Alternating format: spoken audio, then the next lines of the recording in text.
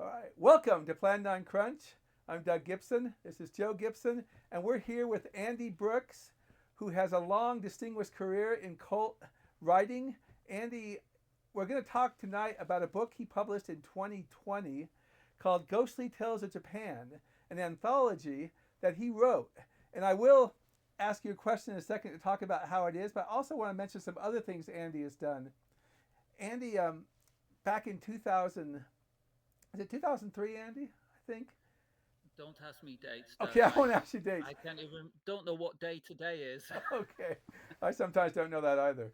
Andi co-authored with Frank Della one of the best Bela Lugosi books, Vampire over London, Bela Lugosi in Britain, and also Andi has, besides this Ghostly Tales of Japan, Andi is an editor who has done something I just warms my heart. He has compiled Christmas ghost stories from 100 to 175 years ago in various publications. Joe, I think we have one of his book covers here somewhere, maybe back there on the bookcase. And we have Vampire over London over here too. Andi, I need you to do me a favor. Can you hold up the cover of Ghostly Tales of Japan? Yep, just a moment, Doug. Oh, here it is. I love There your. you go. Okay, because we can't find our hard copy. We've been reading the Kindle all week. In fact, if I can't find it, I'm going to buy another copy of it. And so Well, I'll send you a copy. You don't have to buy one, Doug. I'll send you a copy. that's very kind of you, but it is international. You're in Japan. That's very, very kind of you. I I wanted to ask you, has Ghostly Tales of Japan also been translated into Japanese? It has, yes. Somewhere here. Oh, yes, there's a Japanese version, um, which was translated mostly by the editor of a magazine I work for, The Rake, which is a Japanese fashion magazine. And one story was translated by my wife. What's your And it's wife's also name? been Kyoko. And your son, So what is your she, son's name? my son's called Yui. Is he in the United Kingdom right now? He is, yes, he's enjoying a very expensive 1 month holiday. Yeah, I saw a So picture on this year I Facebook. get no holiday. Okay, I want to ask you how, because you authored all of these stories, but Hmm. in in the introduction to Ghostly Tales of Japan, you talk about how you would read your son Japanese ghost stories, and then you Hmm. ran out. And I know that you had written before. You wrote as early as the 1990s, trying to write things when Yes, you were laid yes. off one Yeah, time from a job. yeah. But was this the main motivation to write for your son, to give him something that he could really enjoy every night? Well, my son was really and still is really into Japanese supernatural and just horror in general. And yeah, we were reading Kaidan by Cardio Hearn. And as you say, we got to the end of the book and he said, "What's the next story?" And I said, "That's it." And he was so disappointed. And he said, "Well, tell me another story." So I just made up the first story in the book, The Hunter's Wife, on the spot. And he said, "Wow, that was scary. Tell me again tomorrow." So I had to quickly write it down. And the next night I told it again. And he said, "Well, tomorrow, give me another story." So for a short time each night, I was making up new stories just for him with no thought of them being published. They were just to amuse him. Well, And the they hunter. got Oh, filed go ahead. away when Yes. children, their imagination, they move on very, very quickly. So he got bored with the stories and we went on to something else. And so those stories were just filed away in a drawer somewhere for many, many years until I stumbled across them again and reread them and thought, oh, maybe I could do something with them. It's interesting. There's a certain moral to a lot of these stories. All Mm, right, the mm, hunter's mm. wife is something that is horrifying. Okay, but it's done in a manner. Well, what happens in the hunter's wife is a man, the hunter goes out and shoots. Do they call it a male deer, a stag? I'm terrible at this kind of stuff. All Yes, right, yes. and the doe gives him a horrible look. The doe is with the Hmm. stag, and he lives with his mother. And then this beautiful woman comes to stay with them for a while, and she stays and stays and stays, and they marry and have a child, and I'm not going to Hmm. say anything else, but it has an absolutely horrifying conclusion to it that kept, I think I told you, it kept me up at night after reading it. Yeah. And so is that kind of, I've seen some Japanese movies, like in English it's called The Black Cat. It's about the two women Ah, who are yeah. murdered by the samurai. It has a Yeah. Japanese name, and there's a lot of moral fables or tales in Japanese lore. A lot, yes. Many of the old stories have morals. A lot of very old traditional folk stories were taken over by the Buddhists, so they were turned into Buddhist teaching material, and so they had that very moral ending. And that continued after they stopped being Buddhist stories and just became entertainment. But the moral element is very strong. And you notice in a lot of the stories, the Buddhist monk is the bad guy, Yeah. and he always gets his comeuppance at the end. So there's lots of like, don't be arrogant, don't be vain, just be nice, Hmm. or bad things happen. Yeah, there's a story that I found very interesting also, and let me look at the title again because it was only a page and a half, but it was about. Ah, yeah.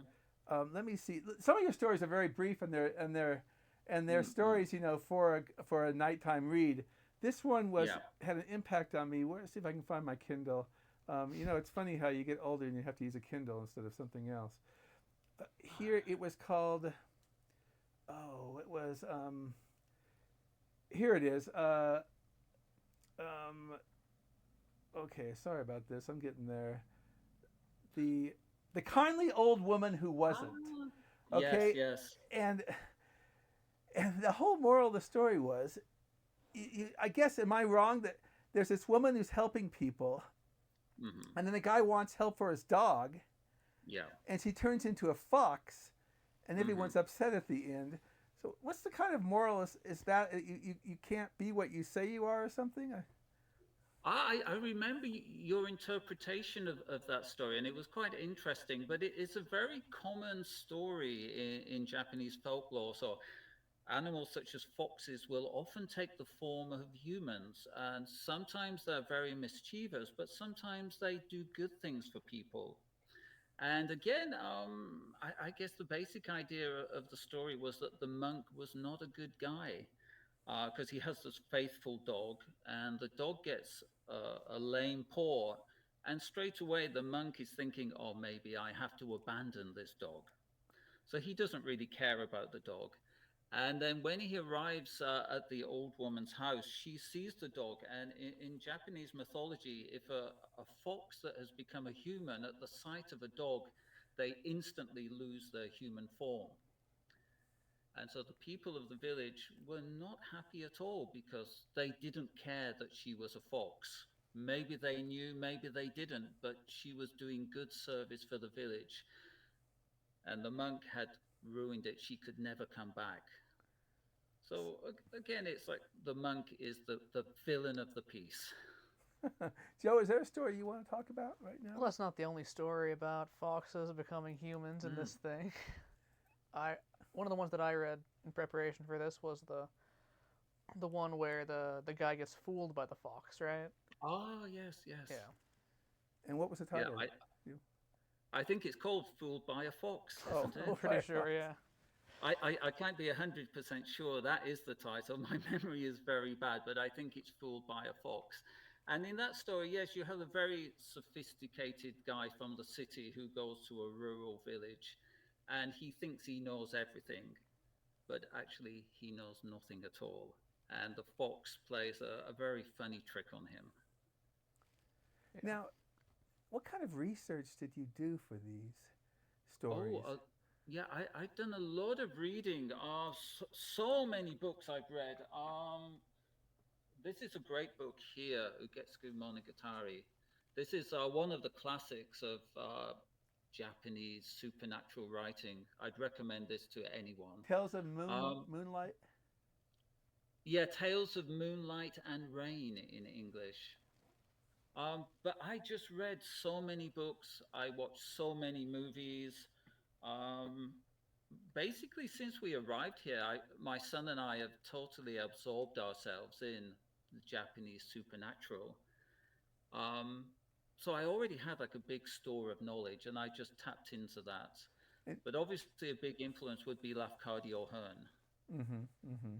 And a lot of histories involved in these stories, right? You have to delve into history to Mm, find the ideas and things yeah, like that. I had to do a lot of research because one of the important things, well, what was important for me was that if a Japanese person read these stories, they would find them believable. So from the beginning, my intention was to have it translated into Japanese. And so everything had to be real. So all of the background settings, the historical facts, they're all real. So I had to do a lot of research, which I really enjoy. I like the research more than the writing. Well, you've said this sometimes that you never are satisfied with your writing, but you know it has to be done sometimes, right? Yeah, yeah. I sometimes I really, really hate the writing. Um, but when I get into it, I really love it. But just getting into it is difficult. I could spend forever researching, but you have to do I, the actual writing. there's a woman named Gertrude somebody, I can't remember, but she says, I hate writing but love having written. And that sort of defines me, okay, on these Yeah, things. I think so. Yeah, me too. But once it's written, it's written. Feels It's wonderful, then I doesn't it? just forget about it. I just move on to the next thing. But yeah, it's very nice to have people read it and enjoy it. But I'm never ever satisfied. I've said some very uncomplimentary things about my book to people because if it was up to me, I would just be rewriting and rewriting forever and ever. But there comes a point where you have to say enough is enough. Yeah, I So, agree. One story, mm. probably the favorite story in your anthology of mine is Homecoming. Ah, yes, yes. And it's just so interesting because you have this man going to a place, all right? And he's got this forbidding, he's worried, you know, this feeling of Mm. darkness. Yeah. And he actually goes between a grocery store and a liquor store, I believe. And Yeah. he's just trying to get squeezed to this really dark tunnel with lots of things that cause him pain, and he doesn't think he's going to make it, but he just has to go right through it and everything. And he sees his mother. He sees his old house, and I don't want to give away on this show what happened because it's too good to waste on this show right now. But the idea is he sees his parents and they love him, Mm. and and a very tragic event Mm. is kind of dealt with in this story. And I think it's I'm sure I think to me it's my favorite story in the anthology, Homecoming. But how how did you get the idea for something like that has this kind of Oh, close family th- relationship and things? yeah. Well, actually, the start of the story was very simple. I think if you're going to write, you have to have your eyes and ears open all the time. So I'm constantly looking around myself. And I was just walking to the train station. And in Japan, buildings are built very close together. So you have these very interesting and sometimes very ominous, very small gaps between the buildings. And you think, could someone actually get through there? And I looked into a gap and I could see at the other end was an empty plot of land. And that was it. It just came from that. And my wife was saying at the time, oh, these stories are all really horrible. Why can't you write a nice sentimental story? And I thought, I no guess I'm a way, no sentimental way. person. Yeah.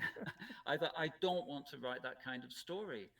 But once I started to write the story, and where that family idea came from, I have no idea. You probably know yourself. You just get this inspiration which seems to just fall out of the sky. So I can't claim it's my story, it just came from somewhere. But as I was writing the story, I began to think, well, if I'm going to write this story, I have to make it emotionally very strong. I have to feel moved myself. So I rewrote and rewrote that story so many times. and kind of got really into the heart of it myself. Where at one point I actually shed a tear myself, which I thought, I've done it. If Yeah, I can move myself, maybe it will move other people. But it packs a powerful punch at the end. It really does, yeah, an emotional yeah. punch. But where it came from, I don't know. Well, It's just one of those moments of inspiration. you were talking about your wife saying, "Why are you writing some of these things that are Yeah. so violent?" Well, you have a story, and gosh, I'm terrible. Let me see if I can find. Well, it's about a beautiful woman who's Mm. never been married. Okay, Ah. and she's always been looking for love. And what is the name of this? It was. Oh, You know what I'm talking about right I now, know don't what I'm. you? Yeah, I have no idea what it's called. Yeah, I'm trying to find it right Something now. about Um, let's see. An revenge, isn't act it? of cruelty avenged. Yes, yes, yes. A Okay, and cruelty so avenged. Yes, so this is a story where somebody commits a great evil who yes. doesn't care they committed a great evil Mm-mm, and is mm-mm. just going to go on and is the victim avenges the person by playing on their lust Mm-hmm. and giving them this opportunity. And that's the moral tale that's in a lot of these stories. When I was Yeah. talking about the black cat, that's almost the same plot as the black cat, Ah, yes, yes, which is yes. called Kurananko. I can't remember the name right now. I apologize. Mm. Yeah. And then there's stories like, oh, there's Japanese movies like Hausa, which is very interesting. And there's, of course, the Seven Mm-hmm. Samurai and things like that. So when you write a story like that, are you digging into the historical lore and the cultural lore that's already there and trying to put your own take on it and things like that? Oh, very definitely, yes. Because as I said, I wanted it to be very believable for Japanese readers, so it had to tap into the knowledge they already had. Hmm. So I guess most of those stories, if you look into them deeply, you can trace the origin. Probably I wouldn't notice because I'm so absorbed in that whole field. But Hmm. yeah, I can't claim they're 100% original, but they Well, I are didn't mean you weren't being tapping original, but deeply you're into the you're Japanese. you're, you're adding to a genre, adding to something that's been around for a long time, and providing your own take on it, right, and things Mm-hmm. like that. Yeah, Um, and I guess that happens in Japanese filmmaking, writing. Each generation takes something that has gone before and gives it its own spin. I guess something like Ring is a good example. At the time, it just seems startlingly original. But if you actually look at it, it has many of the trappings of the Japanese supernatural stories that have been told for hundreds of years. So each generation is giving a new spin on something that has gone before, very established. yeah, I've been trying to watch some more Japanese horror films from the '60s because they're so Mm, surrealistic and they have the same kind of moral connotations you see in these stories, mm. and they don't always have a good ending. All right, it's just an ending that has to happen because of the circumstances going on in them. Joe, did you want to mention another story right now? Just wondering that you read. They're all pretty good. I know you read five or six. That's true, yeah. The umbrella one was interesting. When the guy's walking with the umbrella's suddenly Mm. gone, and he winds up at this place where there's a bunch of umbrellas. Yeah, that was an interesting story. One, because it was actually based on something that really happened. One of my friends here in Tokyo went into a convenience store on a rainy day, so he left his umbrella outside the store. And as he was waiting in line to pay, he looked out of the window and saw either a Buddhist monk or someone dressed as a Buddhist monk steal his umbrella. So that was the genesis of the story. And I did kind of resist writing that story because I've always hated comedy in horror. I just like pure horror. So I thought I don't really want to write this story. But sometimes as a writer, you have no choice. And I actually quite enjoyed it at the end. But yeah, I try to resist comedy. But having said that, there are quite a few funny stories in the book. Well, I think there's a lot of good irony in the book, many times for sure. There is a story I thought was really, really good that I quite enjoyed. It was called, where is it? The Ginkgo Tree and the Drunken House. Ah, yes, Okay, yes. and what I found interesting about this is it was a story of love between a man Mm, and a mm, woman, and a man becoming another object, but a living thing, to look over the woman. And once mm, again, I don't want to give away the end of it, but the house tends to go into decay, but the tree becomes stronger and stronger. And mm-hmm. that's an interesting story of I, how a relationship can go beyond lifetime, but for a person someone dies, they still stay close to the person. Yeah, And well, in Japan, the dead are always here. Your ancestors are always looking over you. mhm. Many houses have a household altar, and every morning they'll pray to their ancestors for protection. So, yeah, I think in Japan, the dead are always here. They're a part of life. They don't go away, and they have an active role in life. Yeah. So we've just had last week was the Obon holiday, so everyone will visit their family graves, clean the graves, pray to their ancestors. So yeah, the dead do play an active role in life here. How long did it take you to get all these 30 stories written and put in book form when you decided I to make have the book? no idea. Maybe a couple of years to actually stop writing. Um, because as at the point where I decided to stop, I was actually mid writing several stories. And I just thought, how long am I going to carry on for? How many stories do I finish? So I just stopped. I thought these 30 stories go into that book, but I was continuing writing for the next book. So that was, yeah, I didn't write specifically thinking I would write 30 stories. I just got to a point where I thought I must stop. Hmm. You So know, there was there's no grand plan.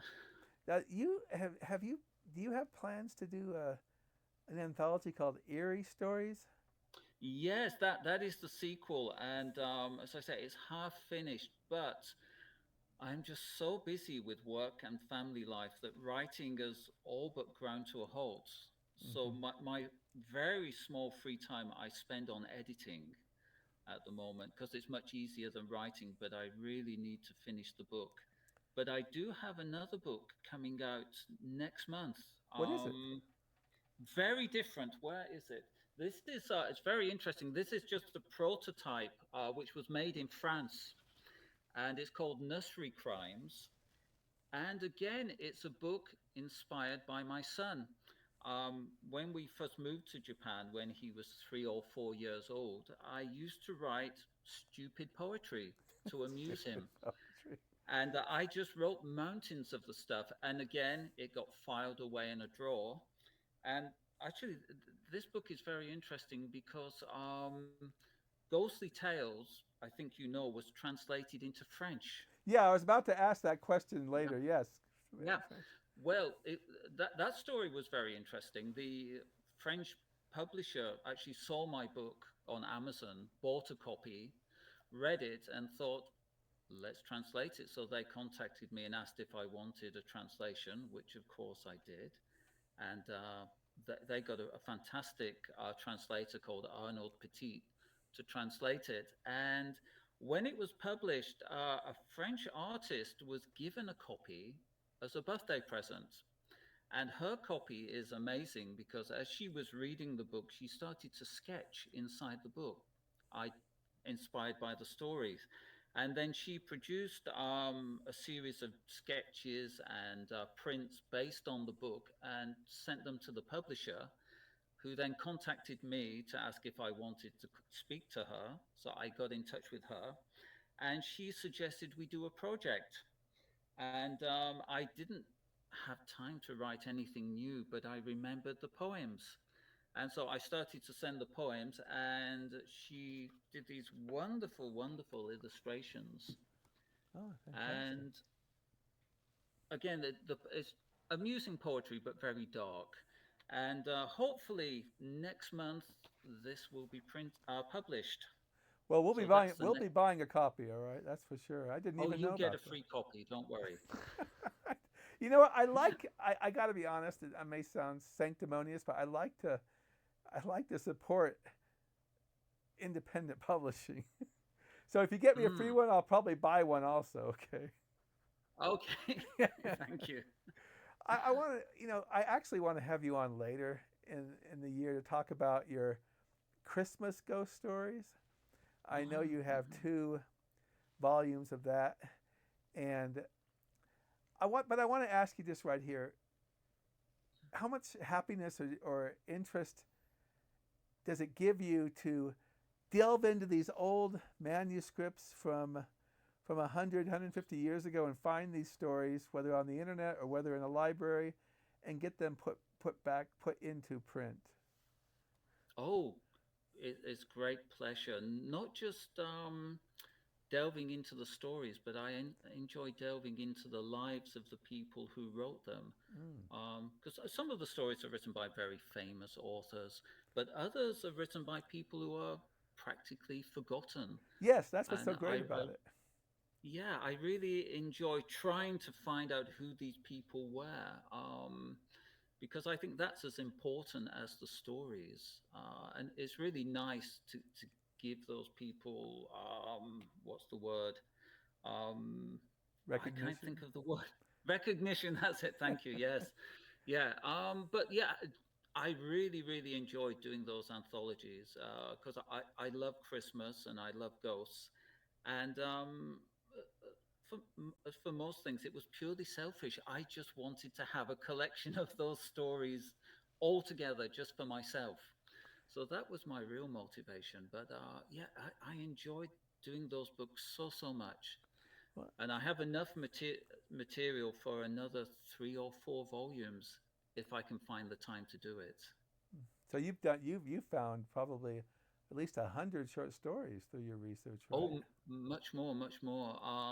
There were many that I didn't decided I didn't want to use, but I can't remember how many. Maybe each book has 30 Roughly about stories that, in. yeah. I don't know why 30 is a recurring number in my books. I don't know why.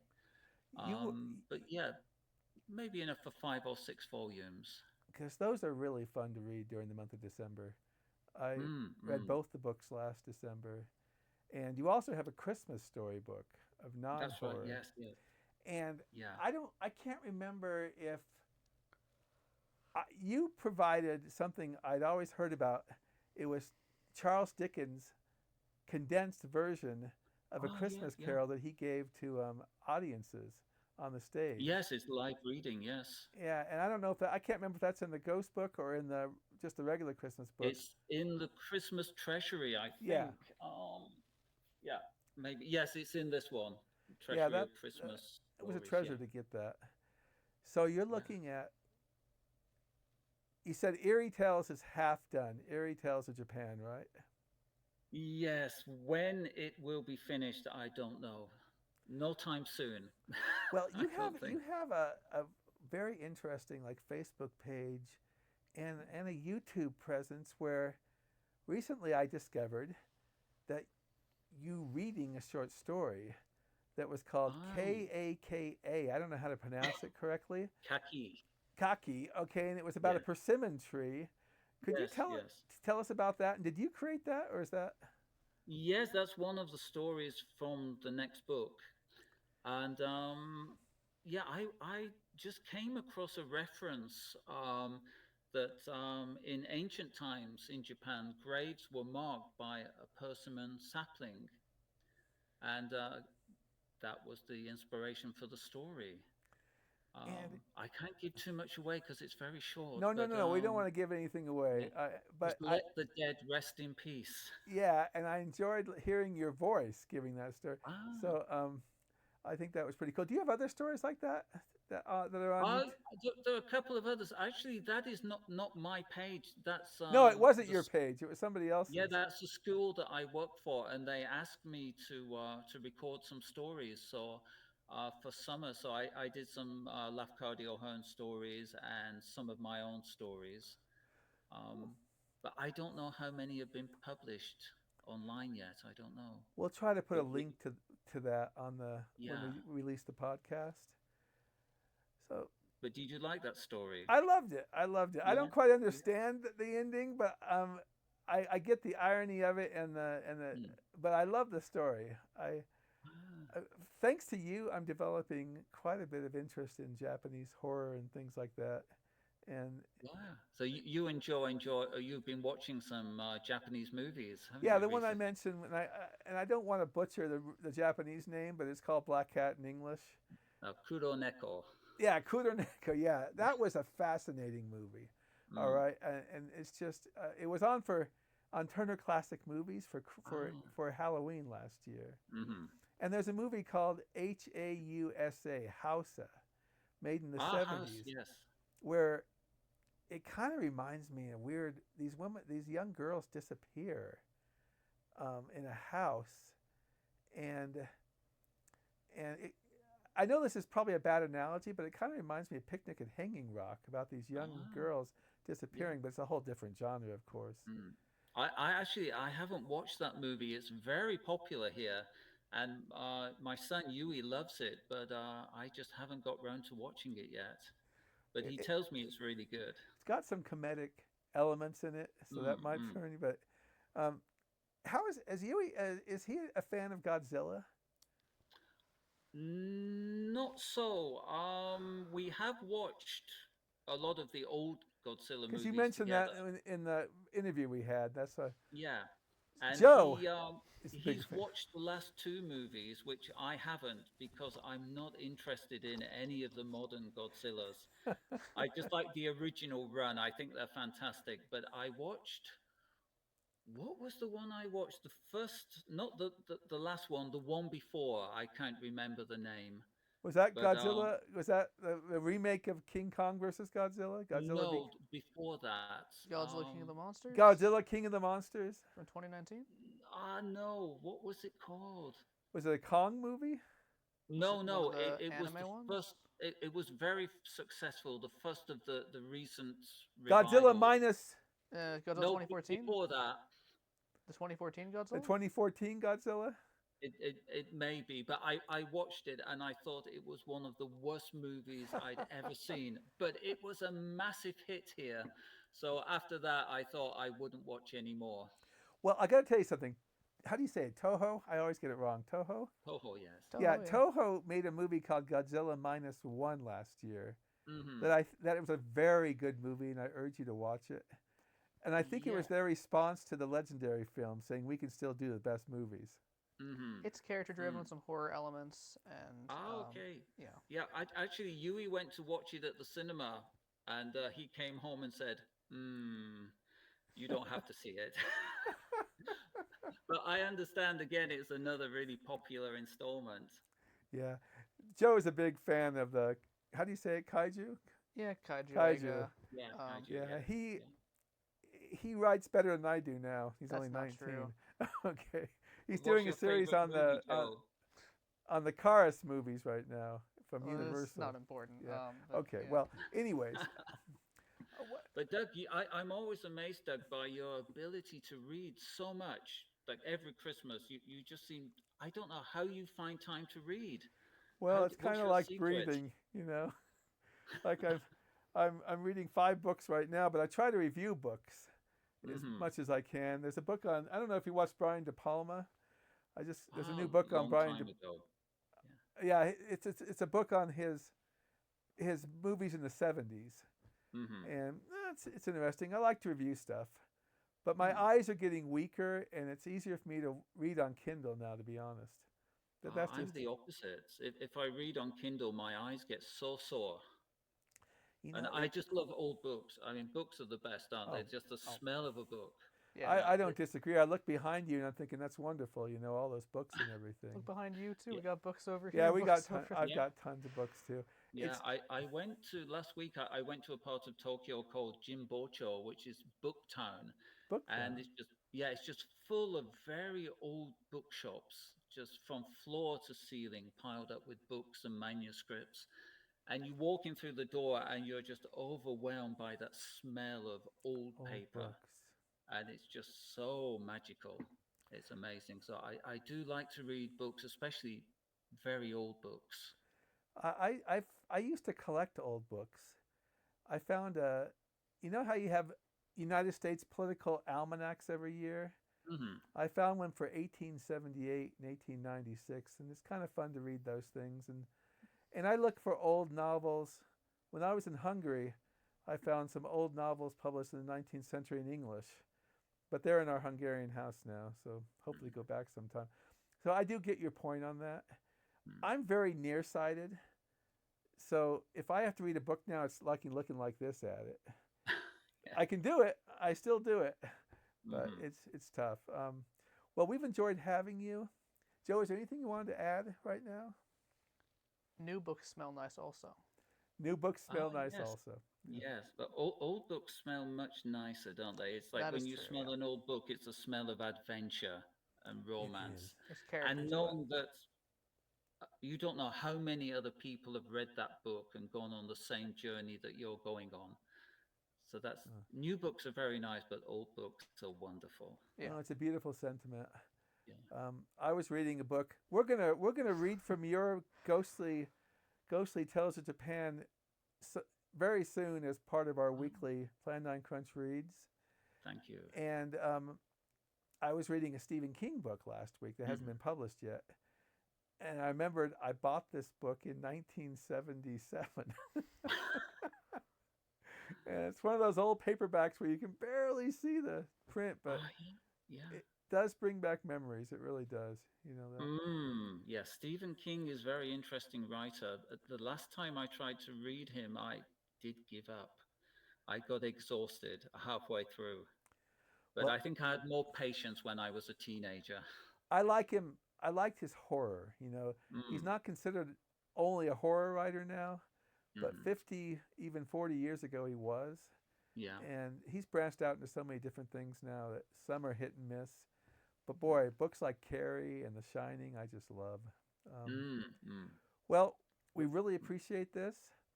And like I said, we'd love to have you back to talk about Bela Lugosi in Britain, and also we'd like to talk to you.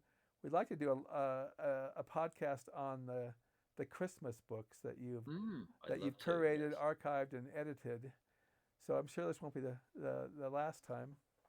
And I have to do this little spiel now. We do. We're Plan9Crunch, and we're on YouTube. We're on Facebook. We're on TikTok, and we even have a blog, plan9crunch.com. And we appreciate Andi Brooks taking his time. It's been very nice of him. And it's been fascinating to learn about how you created these Japanese ghost stories and captured the culture and history and traditions so well. And so just thank you very much. Anything else you want to mention right now? Oh, just thank you for giving me the chance to finally speak to you, Doug, after all these I, years. It's I know. fantastic. I know. I always look forward to your Christmas card. It comes pretty early. You're very diligent. And I say to myself, when I get yours, I gotta send ours. Get there on time. Every year when I'm trying to send Christmas cards, I can never find any addresses. I really have to get more organized. It's the same every year, but Well, just message us, okay? All right. yeah, We'll give you the okay. address again. And Doug Gibson, Joe Gibson, and that's a wrap.